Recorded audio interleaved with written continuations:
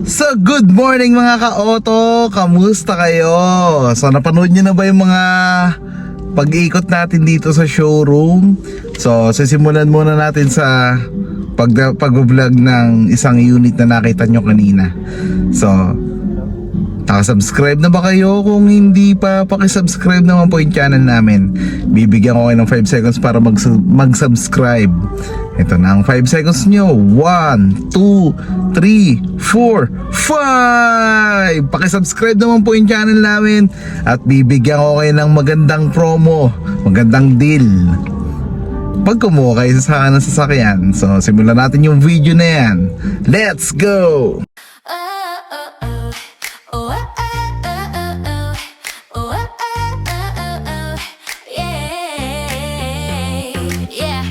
Pasok ka na sa ride ko, Team Angeles, tara let's go. Brand new car, swak sa'yo, smooth ang biyahe parang tayo. Kung hanap mo ay comfort at style, dito sigurado ka with every mile. May vlog pa kami, check mo online, lahat transparent, walang rewind. Team Angeles vlog, yeah we got that car. Brand new wheels para sa'yo, superstar. At kung trip mo ay van, meron kaming renta. Sama ka na, hatid ka namin kompleto ang kwenta.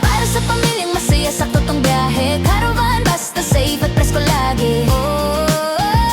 With Team Angeles, you know the vibe. Sakay na babe, let's take a ride. Caravan, ikaw ang pipili. Basta kasama ka, panalo lagi. R&B ang daloy ng gabi. Test drive mo na baby, come with me. Hatid namin ay quality sa bawat aking ngiti. Guarantee. So mga ka-auto, yung Camry kasi hindi ko pa ma-vlog kasi may tumitingin pa ulit. Marami pa silang tumitingin. Sabi ko, 'di ba? Today kailangan ko nang mag-vlog muna ng ibang unit. Napili ko yung Vios XE. Vios XE na automatic na mababa ang monthly mga ka-auto. So tara mga ka-auto, samahan nyo ako, ikutan natin ang Vios XE. So let's go! So simulan natin mga ka-auto sa gulong. Ang gulong ng Vios XE ay 175/65 R14. Size 14 yung gulong niya. Yokohama yung brand ng gulong na kinabit sa kanya. Yan. Tapos hindi pa siya naka-mags. Steel alloy. Tapos may hubcap lang siya. Then meron ditong turn signal sa kabila. Ganon din, meron din. Then yung ilaw niya, halogen pa lang. Wala siyang fog light. Yan. So, kung bibili kayo nito, kailangan nyo bumili ng fog light kung mag-upgrade kayo. Kung gusto nyo lang naman mag-upgrade.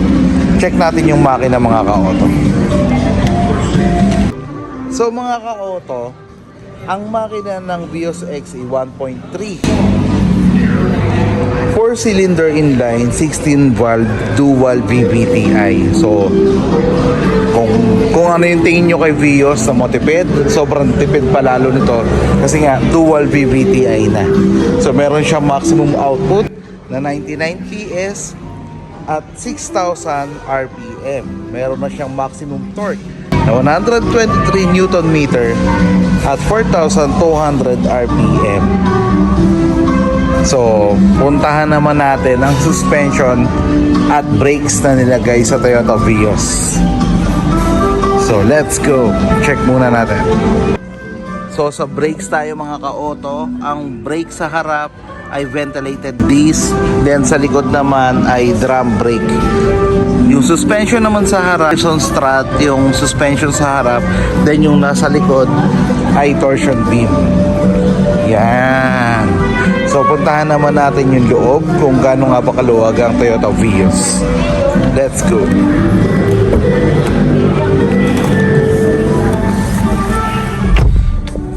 So mga ka-auto, andito ako sa loob.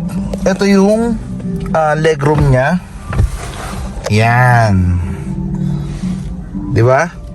Napakaluwag nito mga ka-auto. Then yung room height, ito. Yan. So napakaluwag, 'di ba? Convenient. Actually, marami talaga bumibili ng Vios kasi nga bukod sa pwedeng pang pamilya, pang business, pang personal, di ba? Sobrang tibay pa nito mga ka-auto. Sobrang tipid ng Toyota Vios. Ang Toyota Vios ay pang masa, di ba? Kung tumingin kayo sa labas, marami diyang naka-Toyota Vios. So, ano pang hinihintay niyo mga ka-auto? Kuha na kayo sa akin. Let's go! Ikutan ulit natin yung nasa likod. Upuan sa likod, check natin yung mga pwede natin makita pa doon. Let's go! Sa airbags pala mga ka-auto, meron tayong dalawang airbags. Isa sa passenger at isa sa driver. So yun. So tara, puntahan natin yung upuan sa likod. Let's go! So dito tayo sa second row.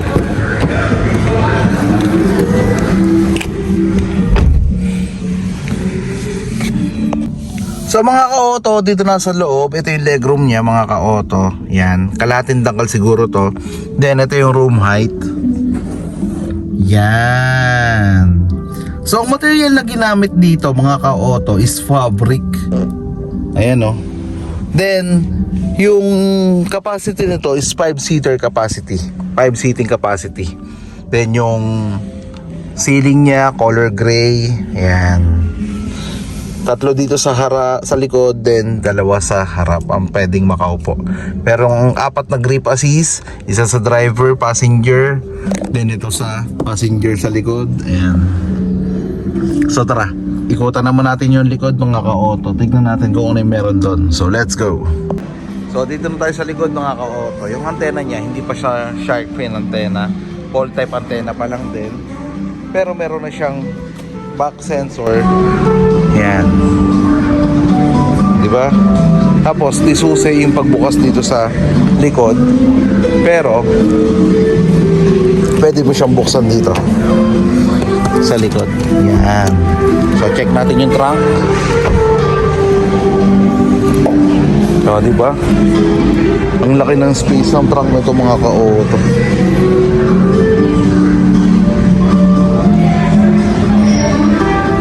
Yan. Then, eto steel lang. Wala siyang half cup. Actually, steel nga lang din yung yung spare tire ng Toyota Vios XE. So, ikutan natin. So, paano nga ba natin ipapark ang Toyota Vios? Gaano nga ba ito kahaba? Ano nga bang dimension nito mga ka-auto? Ang dimension nito mga ka-auto, yung dimension niya mga ka-auto, yung length niya is 4,420 mm. Yung width niya is 1,730 mm. At yung height niya is 1,475 mm. Yung wheelbase 2,550 mm. Yan. So, puntahan naman natin mga ka-auto yung driver. Dito sa side mirror mga ka-auto, manual lang yan. Manual mo lang siyang i-adjust. Katulad nung Vios J. Actually, si Vios XE ay automatic variant ng Vios J. Yan, so manual adjust yan. Pipindutin mo siya. Yan, wala siyang buttons dito para ma-adjust. So, ikaw mismo yung mag-a-adjust ng salamin. So, dito, yung lock and unlock ng pinto. Yan. Tapos, manibela mga ka-auto. Ito. Yan. Tilt up and down, pero hindi siya telescopic. Yan. Tilt up and down. Then, ito yung buttons para sa mga volume. Then, yan. Sa call, sa mode, ito. Traction control, ito. Yan. Then, punta tayo dito sa infotainment. So, sa infotainment, mga ka-auto, dito kayo magugulat. Yan. Sige, check natin. 8-inch yung infotainment na to. Ang sukat ng infotainment na to is 8-inch. May Apple CarPlay, Android Auto, Bluetooth, AM, FM, radio, saka voice command. Di ba? Vios XE naka voice command. Social. Yung aircon niya, ito, manual, hazard. Then sa ignition, rotary type pa rin, hindi siya push start. Ito yung shift gear niya, park, reverse, neutral drive, dalawang bottle holder, cup holder, regular handbrake, at center console. Ito. Then meron tayong glove box, ito. Yan. Sa sun visor, wala tayong vanity mirror, ganun din sa driver. Ilaw. Yan.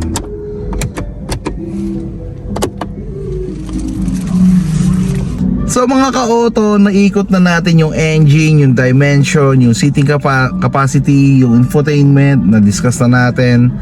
Yan, yung manibela. Tapos, punta naman tayo sa presyo. Ang presyo nito mga ka-auto ay 780,000 pesos. Diba? Yung 20% nito, naka-promo kami, parang nasa 60 lang. Then yung monthly mo is 15,000 lang.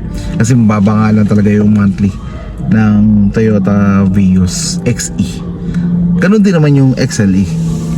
Yung XLE nasa 18,000 approximate, 18,900 yan. So ayun mga ka-auto, kung naghahanap kayo ng budget friendly na sasakyan na pwedeng pang grab, pwedeng pang business, pwedeng pang pamilya, Vios X yan na. Kasi murang-mura, hindi mo naman kailangan ng mugs kung may pang babiyahe mo or pang gagrab mo, di ba? So mag Vios XE ka na lang, di ba?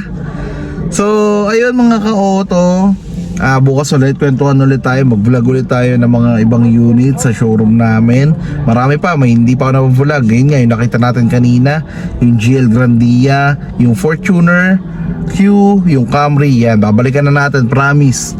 Bukas pagpasok ko maagang maaga, mag-vlog tayo ng Camry. So hanggang dito na lamang mga ka-auto ang vlog natin about sa Toyota Vios XE.